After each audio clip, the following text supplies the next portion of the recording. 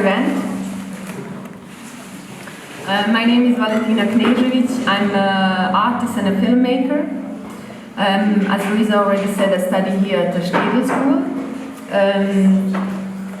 I decided to speak about constructed spaces and about architecture used in cinema, art, literature and dance. For this topic I invited two amazing and beautiful and very smart ladies to discuss with me this topic. Please welcome Robyn Doty. She's a writer, poet, artist and an activist. And she's gonna tell us a bit more about use of architecture in literature. And please also welcome Katja Cheraneva. She's a dancer and choreographer, and she's gonna tell us a bit more about use of architecture in a contemporary dance. But let's start first with the cinema and with art. It is difficult to imagine cinema taking place in a vacuum. Without the scene to feel each storyline, we cannot be transported away from our reality to the world of the film we are immersed in.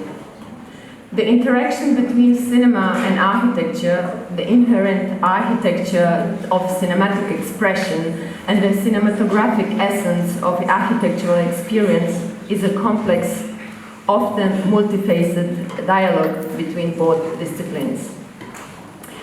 Regarding the production of these two distinct art forms, the architect Juhani Palsama emphasized that both are realized with the help of a team of specialists and assistants as a result of collective effort.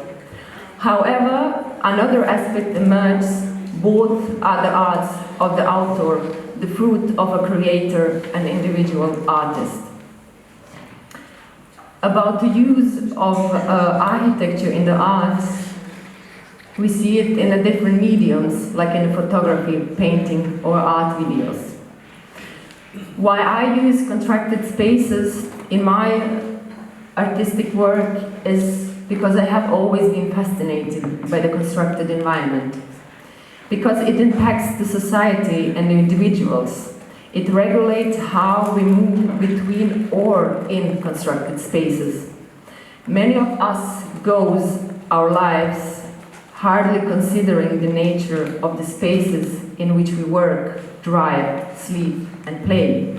So architecture becomes a sort of background, constantly impacting our experiences, but invisibly. I'm interested in certain spaces that goes beyond the physical structures, which are kind of mystery to me. It is in this mystery through which our imagination is activated, contextualized, and goes beyond our physical experiences. I use the architecture to help me to tell the stories, to complete it or to alienate it. In my video, voiceover from 2017 that we are seeing now, projecting it, I use the inner architecture of the Städelschule, which we are in now. The film itself deals with a war in everyday life from a perspective of a professional soldiers. With the professional soldiers, I mean the people who decided to be the soldiers and earn money with that. I was interested to use completely different environment that you would expect when you would heard what it's about, topic of the film. I used this architectural space, like inner space in a Städelschule, because it's completely different, as I said, that you would expect. So you would more expect when you would read about the concept of the idea of the video, like maybe imagine someone who would be dressed like a soldier, have a gun, have a boots, being somewhere outside, maybe now in the desert, because the most of the wars that's going on now are happening somewhere in a very dry, desertly kind of place. But no, I decided to do the totally opposite, to put it in a one urban, kind of abstract almost space. And through that, I wanted to, as I said, alienate it, because I wanted to do these breaks, these optics, to build through the aesthetics that I use it as like the image aesthetics that I use it, to use it as a break and as obstacles, so that the people kind of asking themselves, but hey, why this? Like kind of in war you have like this and that. You have as I said already before, like a soldiers dressed up, like a bunch of them, not only one of them, someone in the deserty place. There's a lot of distractions around, a lot of bombs, a lot of shooting, like a lot of shouting, a lot of blood, a lot of drama, a lot of tragedy. But exactly that I didn't want it to, because I wanted to, through this kind of almost clean kind of aesthetics and kind of strange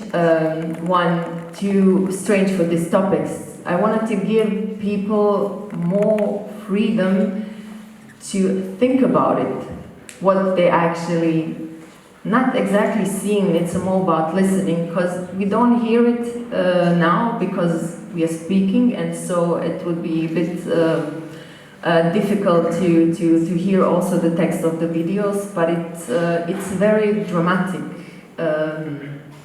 text, because the topic itself is very dramatic. So a lot of people who saw the movie was a bit distracted and kind of confused. It's like, hey, but it doesn't relate to the text. But as I said, exactly that. I want to have a conversation and I want to have a discussion. I don't want to just people see some work who deals with such a very, unfortunately, actual topic and very brutal one. So I wanted that the people just sit and talk to me, hey, but this and this is happening, so this and this is wrong, yeah? So this is like a kind of, how would I explain that? As I said, the intention for me to kind of what Bertolt Brecht would always would call it as I said, this alienation effect. Because from the also one point, because I didn't want to do that what the most of the most of the people, when, as Susan Sontag said in her essay about regarding the pain of others, is like when we are watching the images of destruction, of such a violence, on some point we get very dumb to it. We don't react anymore to it. And exactly with this alienation, I wanted to break this. I wanted to break also this,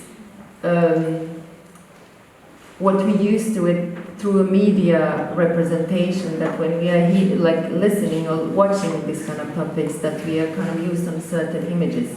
I didn't want to use that, because exactly, as I said, I wanted to do the opposite, to make people with wonder to discuss with me and to fight even with me, you know, like, why did you use this? Like, yeah, so, like in a cinema where constructed urban space with its streets and buildings, it's sometimes the site and the vehicle fueling a social critic, or as a metaphor for everyday situations in the lives of some of the characters that are portrayed in the films.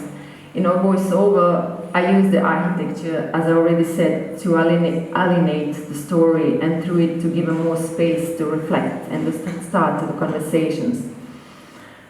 And to also at the same time to question how the media represents this human component of the war.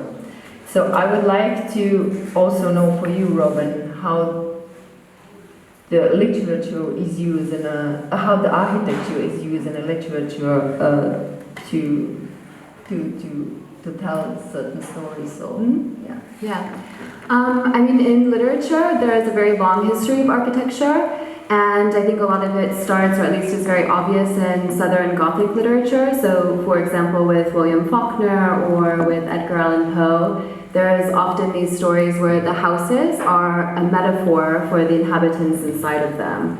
So as the person who lives inside either goes mad or maybe their social beliefs decay with the time, so too does the house. And so I think this is like a very kind of obvious use of architecture in literature. But then there are other types of authors, for example, like Jorge Borges in his short story collection Labyrinths. And more or less, the metaphor is still there, but instead of having it be, for example, like a character in the story, it's the construction of the story is done architecturally. And so in his collection, more or less what he does is each of the stories, they allow you to see these kind of lineal temporalities and spatial constructs, but they're done in this way that are very logical, and they can kind of be infinitely created. And so in each of the stories, it's another avenue of the labyrinth.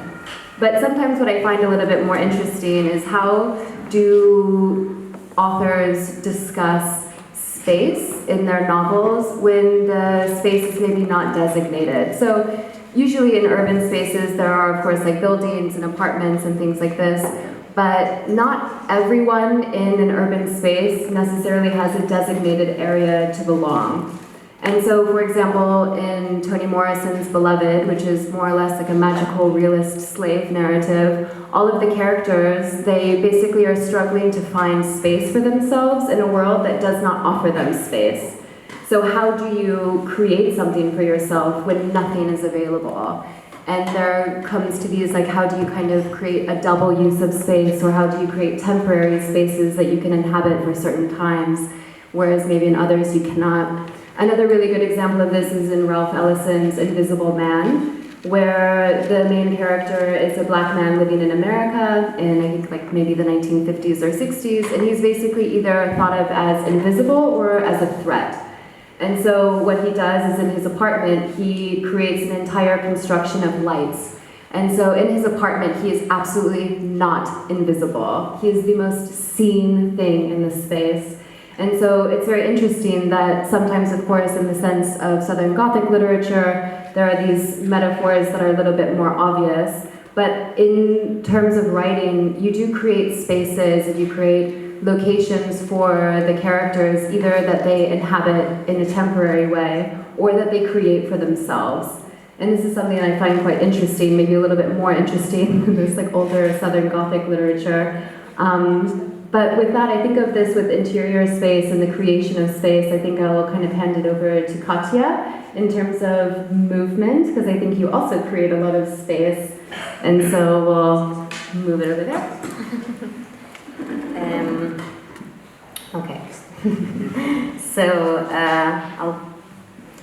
it might be a collection of, or I might drop just some thought, because I feel like I'm not so sure I'll be able to create a continuous thread, and to say maybe very briefly, when Valentina and Robyn invited me to take part in the discussion, of course the first thing that I thought about was that of course, there is this obvious relationship between choreography and architecture, which is that both of them deal with organization of bodies in the space. Even though Johan corrected me that architecture deals with the creation of movement in the space, which I thought was an interesting remark, because I think movement is not always related to the body, or we can disconnect movement from the body also. Where else, and that also happens with choreography, for instance. Choreography have departed itself from the dance, or there is a possibility of those two forms existing separately, even though I think dance always deals with the movement. And I was thinking of how, like, what are other ways I can talk about the relationship of architecture in dance, specifically, that are not only going to talk about the organization of body in the space. And of course, one of the first thing I thought about is certain approaches to movement, which comes from the experience I have made in the Forsyth company with William Forsyth, who I think in the improvisation technique that he created, he dealt a lot with creating spaces using the body, which I think, or for me, when there is a discussion between like a creation or a relationship between body and the space within the dance form, I always find it more interesting when there is actually when the body itself doesn't necessarily offer an interaction, so to say, like a black box, a theater space, and then the body has it finds means and tools and strategies to, through the physicality, create the space. And what William Forsyth did in improvisation technology is that he analyzed the ballet technique and balletic forms in relationship to its geometry. So he looked into the body and the forms that are created in the ballet technique as the relationship of lines, points, and so on. And what he would do, he would kind of deconstruct it, extract the shape, place it in the space, or think of the elements that are created within the shape and then use those in order to create new movement in the space. So this is one of the approach I thought about. But then another thing I thought, because there's we can create, or once again thinking, like I looked into some a project that we'll have made, which is choreographic objects, and he just recently had an exhibition in Paris where he presented, I think, 3 works or maybe more, but he talks about these 3 specific works also in relationship to space, that he says that just like one work works with the creating the space within the space, another work looks into compressing the space by using 2 bodies that create those entangled shapes. And the third piece that he presented, he said that it deals with an inner architecture. So there is it's like a stick with feathers, which usually feather duster. So the piece is that basically you take the feather and you realize that it's in continuous movement, because your body, even though you do not move, but it produces a slight movement. So this here referred to the inner space of the body. And that I thought was kind of interesting, that that the body is able to actually move between those spaces. Like it's able to produce something in the space, but also use the physicality in order to change the space and also look in, look into the inner space, which I think you also partially referred to. And another element in preparation for the talk, or like to get a bit more input into it, I started reading this, I think it's a short essay, which is, what's it called? The Eyes of the Skin.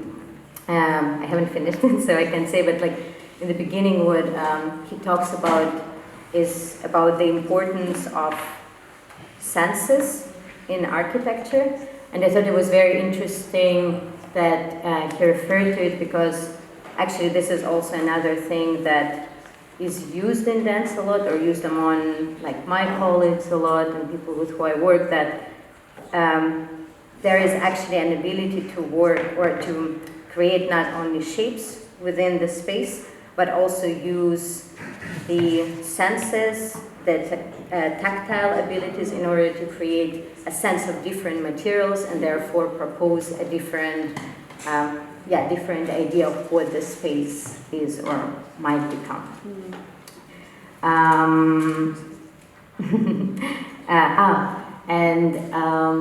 Also, I thought or listening also to some talks. So I often think of like a space and the body, and the space that is made for the body, and the body is functioning within that space or adapting, so to say, to the space. But tonight, I all of a sudden also thought about what is the friction between the body and the spaces, or like how if the space can affect the movement or the bodies, how like can actually the body by being in the space affect the space itself? Is it a fluid relationship, or can it change? And I think it's interesting, or it became interesting for me to think of how those can actually move. Is there like what type of relationship it creates, and also like what type of therefore dance it can make.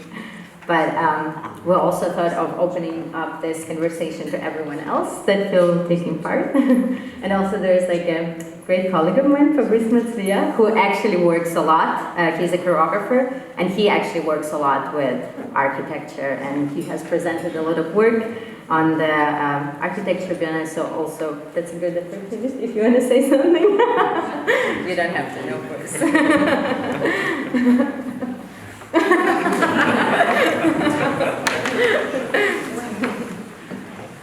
Something interesting I think that you said is like how, of course, do spaces get affected by the people who live in them. And I feel like these types of things are maybe like more obvious in cities themselves, but of course there are so many structures that are built, I don't know, 100, 200, 300 years ago. But then I feel like you always see these imprints or impressions of the people who live there every day. For example, in terms of graffiti or in terms of stickers and things like this, or even just like the general erosion of time. And I feel like there are a lot of these effects that happen. But something that I thought was quite interesting with Valentina's film voiceover is this whole concept, of course, that it is a story about war and the effects of war and this like human component. But what I find so striking about this film is that it's almost completely anonymous. I mean, of course, maybe everyone here knows the space because it's the one that we're currently in. But it is a relatively just kind of nondescript location, and I feel like this is something that is very telling in the terms of stories of war, is that maybe the people who are affected by them, it is more or less anonymous, especially if you're not living in the location that it happens.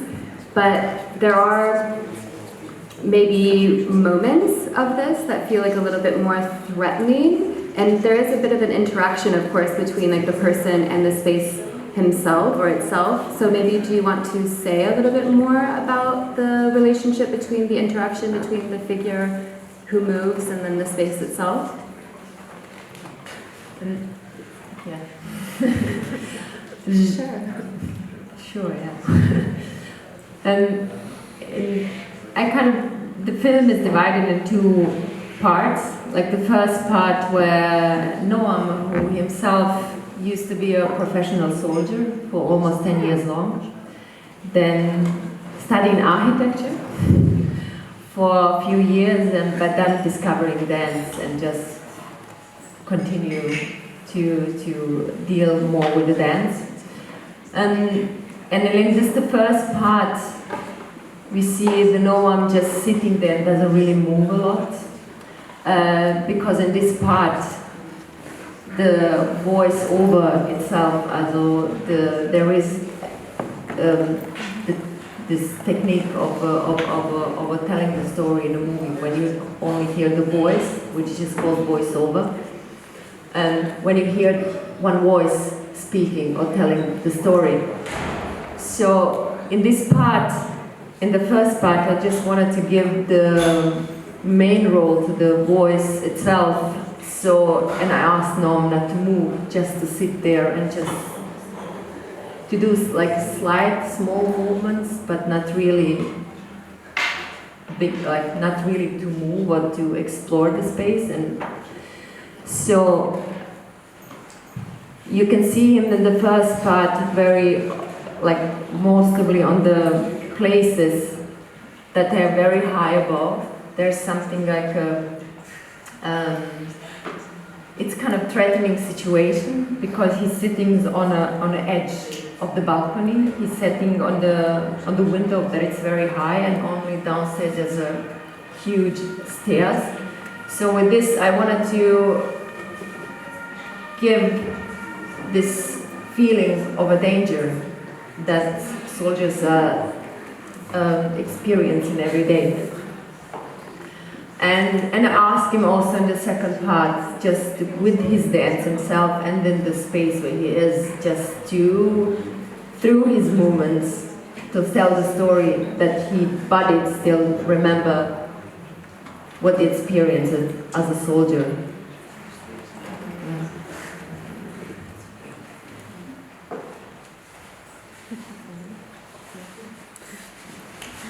Okay, so thank you very much for this conversation. We will have a short last break, maybe just 5 minutes, to make sure that we can all be back here for the last talk. And I just want to mention the theme of the last talk, maybe to get some free joy for it. It's algorithmic reference and post-truth aesthetics. So